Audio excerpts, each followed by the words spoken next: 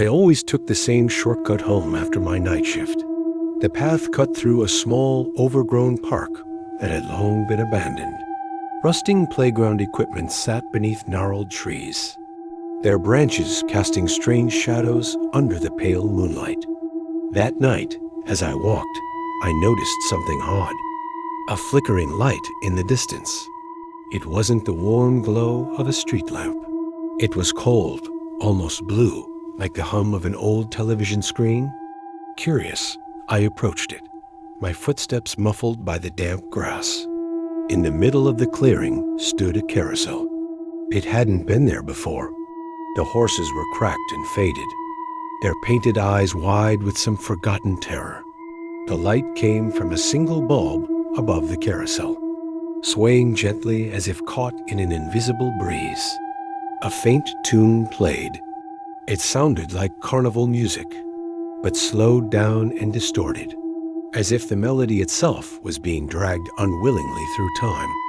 I should have walked away. I should have turned back and never looked over my shoulder. But I didn't.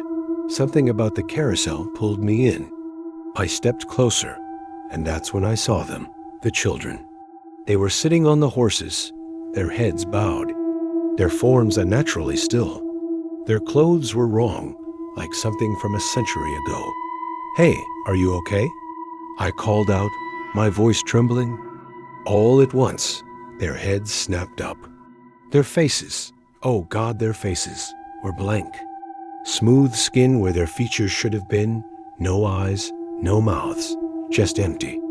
But I knew they were looking at me. The carousel began to turn, slowly at first, then faster and faster, the music distorting into an unbearable screech. The children's faceless heads followed me, tracking my every move. I ran. As I sprinted through the park, I could hear the sound of tiny footsteps behind me. Laughter, high-pitched and hollow, echoed in my ears. I burst onto the main road, gasping for air. When I looked back, the park was dark again.